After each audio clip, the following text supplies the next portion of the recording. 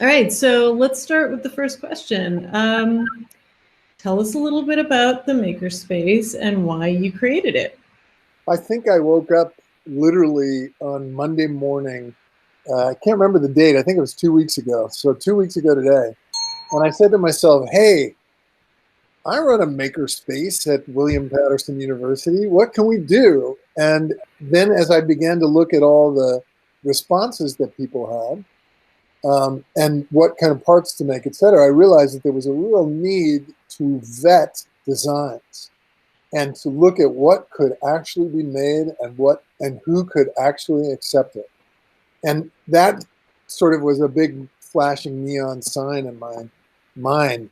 So that's what I put myself the task to go ahead and make a Facebook page and try to keep the Facebook page tight and make it so that we could deliver that specific information. What could be made, what were the best designs, what was the easiest thing to do.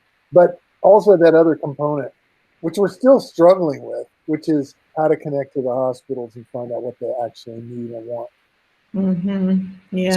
So the desire was to make a single resource. We use Facebook. I'm not very happy with Facebook, but we used it because everybody's on it. It's an immediate network, and you know you can reach a lot of people that way. And I was a little worried that it would blow up. It hasn't. We only have about 80 members or so, which is a totally manageable group. And I wanted to keep it that way too. Keep it tight and manageable. There have been some other fabulous Facebook groups like the open source COVID medical supply group run by that guy, Gui, I don't know how you pronounce his name. I'm guessing it's Guy. And, that's been fantastic. But I mean, it's got 85,000 members or something like that. Wow. And I just, I don't have the time or the bandwidth to be able to, parse through that level of information. So tell us who is a part of that group. What are their backgrounds? Where are they coming from? Is Well, it still just New Jersey? no, it's not all just New Jersey, but it's originally it was mostly people in New Jersey. I invited people, I went through my list and I invited people that I felt already had maker capabilities or were handy makers, sculptors and architects and designers. They're already handy and know how to make things. You don't have to go through a whole process of explaining the ecosystem of making. So that was my goal, is reach out specifically to people I knew could make, right? Mm-hmm. And so I think originally there were I think I might have only invited about 25 or 30 people. And then the other part was digital skills, people that I knew had digital skills, or people who I knew were in maker groups already. Of course, Ian and I had already, I can't remember if we'd already been talking or not, or if we just simply reached. No, I believe we had already been talking. Yeah, actually, now that I think about it, we'd already been talking. And so Ian was a natural partner in discussing and thinking through these things about who to reach out to, how to keep it streamlined, etc.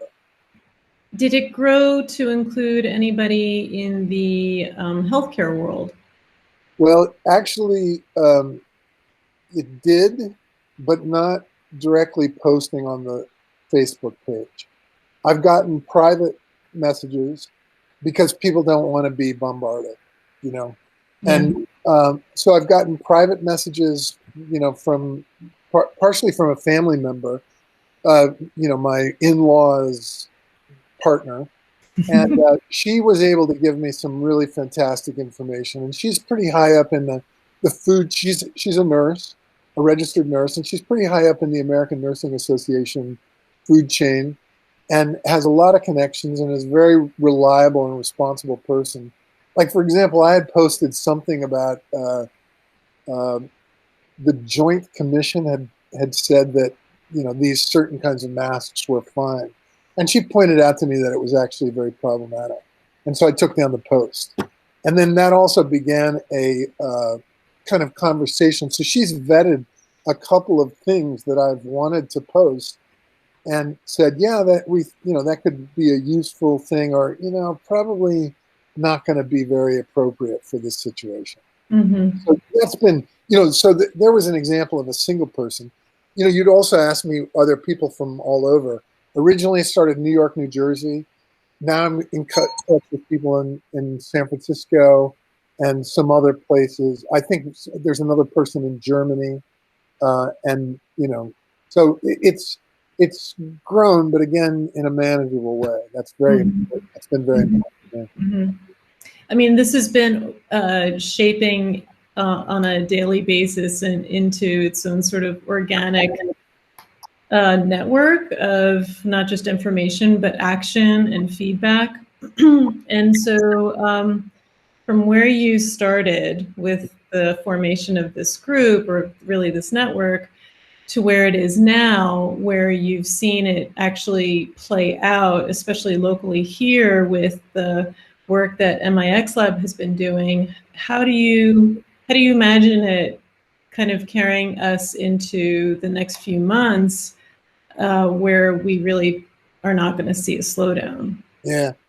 Well, I mean, I think that there's going to be no end of need for the for the PPE equipment.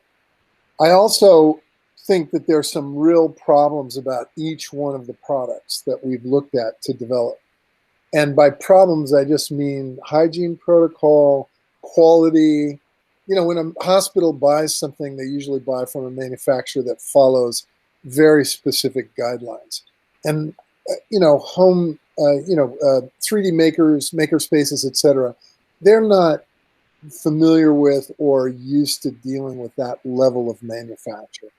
So, I mean, that would be one thing that we could tool up on, is Mhm. how to manufacture according to guidelines. Or if we're not able to guarantee those manufacturing standards, to make sure that we're manufacturing products that don't that are not required to have those guidelines, right? So in other words, we're not out on a fool's errand, basically. I keep calling it a fool's errand. So I think that's a direction that we could start to develop. I think another issue with 3D printers, that I've looked a lot at ventilator parts and tried to figure out how we can, this would be a great place for us. But ventilator parts are, they did it in Italy, supposedly. I mean, that's the other thing. You see a lot of positive news stories, feel-good news stories, and very little follow-up or analysis about whether they're effective, whether they were usable. They're sort of feel-good stories. I don't know if those hospital valves that those guys I don't know what machines they use. I don't know what, I don't know. And I've reached out to various places to find out. Mhm. My guess is that 3D maker spaces cannot manufacture ventilator parts in a safe manner. So I would almost say to most makers, that's not a place to go. Don't go there. Now, at the same time, I'm still trying hard to find good designs and good recommendations from reliable sources to be able to make that kind of product. So in the future, as we develop, like, for example, it's possible to do a silicon mold out of a medical grade silicone along with a silicon plastic part that was made from the original 3D parts that a hospital would be able to accept. It might be autoclavable, sterilizable, etc. Well, now we're talking about making a small manufacturing concern. And so, I'm not sure we're going to be able to ramp up and do that and do it appropriately. But at the same time, we're looking at it. So that brings up another issue. Are we just wasting our time? Actually, I don't think so. Because the collection and development of this kind of information might lead to a post-analysis, literally the critique of what of the processes we've been involved with, in which we might be able to set up standards for maker spaces. And maker spaces could apply, I'm spitballing, right, for the future. Because if makerspaces if it does turn out that the open source and the makerspace community can contribute, then this is really clearly one of the directions that they have to head in. They need to start observing standards and developing them and being really rigorous about who they are, what they do, what they produce, etc.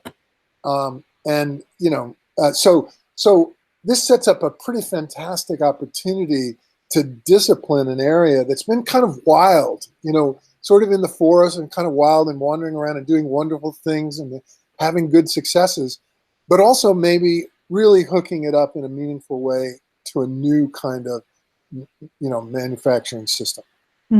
Taking it to the other side. I mean, I think part of what has been so remarkable about the makerspace community is its ability to be able to respond very quickly. I think some of the initial designs that you were testing out and looking at, you know, came out probably even through the wave of how the pandemic was going through. So we were seeing things that were coming out of Asia, coming out of Italy, maybe coming out of Iran, I'm not really sure. But just seeing how those things were being tried and tested. So it is really, as much of the pandemic is global, so is the wave of innovation. And so, I mean, I think we also see how so many people feel paralyzed in what they can contribute. You know, if they're not a healthcare professional, if they're not on the front lines, what can they do? And so I think part of that impulse to just do something is a very, you know, it's a very poignant moment to see just how much people truly care for one another in the way that they have capacity to do that. And I think that's been the promise of it. So how we can keep that spirit of what it is to be a maker in a maker space, while also meeting some of the lessons that the, you know, as you were pointing out, like manufacturing standards that in the most critical acute situations that we have right now, which is a ventilator, those two things sort of meeting are in the newest space you could possibly imagine for innovation. So yeah, I love the idea of being able to come back to this conversation maybe in another month and see where we're at, because I think the rate at which these iterations have come out, not even inside of one closed system like a, you know, a large scale manufacturer, but distributed, is just remarkable. Well, you know, that the distributed network thing, which we all participate in. This is the lingua franca of our culture, really. This is just extraordinary, right? This is, and we're seeing, as you say, the wave of innovation happening. And, you know, we got to design, you know, we sort of moved the design into focus. And then there's been further innovation in the mix lab about how that design could be built and implemented. And now there's even another level of, you know, of innovation there to make sure that there's a dome over the top of the face shield, you know. So, you know, I think that's a really great example of success. And, you know, I actually think the face shield is going to be, you know, necessary. It's valuable. They're easy to make. We can't. So what I want to say is that we came upon a good part that could be reliably made and reliably delivered. Now, you know, it may be that after the fact, turns out to be some problems with that. But, you know, the healthcare providers, they want help. They really need them, you know. And it's better they have something rather than nothing, you know. Now, face masks, other issue, different issue, you know. But just want to put this in. A lot of people have talked about, you've got the N95 face masks, and they usually are designed to last for a day or even less. They're constantly changed out. But people are needing to protect them for a week now. And some people have suggested that the cheaper, the less quality made, or I'm not sure how to put that, the homemade masks that wouldn't meet an N95 criteria could be used to protect the face masks. So in other words, you have the face mask and then you have the homemade mask over the top of it. Now that's a lot for a single person to wear, but it might extend the life of the face mask. So part of this is you know, part of this isn't just making a good product. Part of this is also practices and communicating practices to other people. That's what I hope a little bit that the Facebook page can do, that it can have some information up there where people say, oh, that's a great idea. I'm going to tell my coworkers about that, or I'm going to be involved in it. And truth is, the healthcare people are not on Facebook. They are not checking things. But maybe the ecosystem around them is, you know? Yeah, well, I mean, the beauty of what we're doing now is we're putting things into the hands of healthcare workers who are invited and encouraged to offer their feedback, not just to sort of live with what has been given to them in an active generosity, but to really be part of that ecosystem and to feel like they have some kind of agency in all of this. Because I think even from the healthcare worker side, they have had to succumb to, well, whatever is available.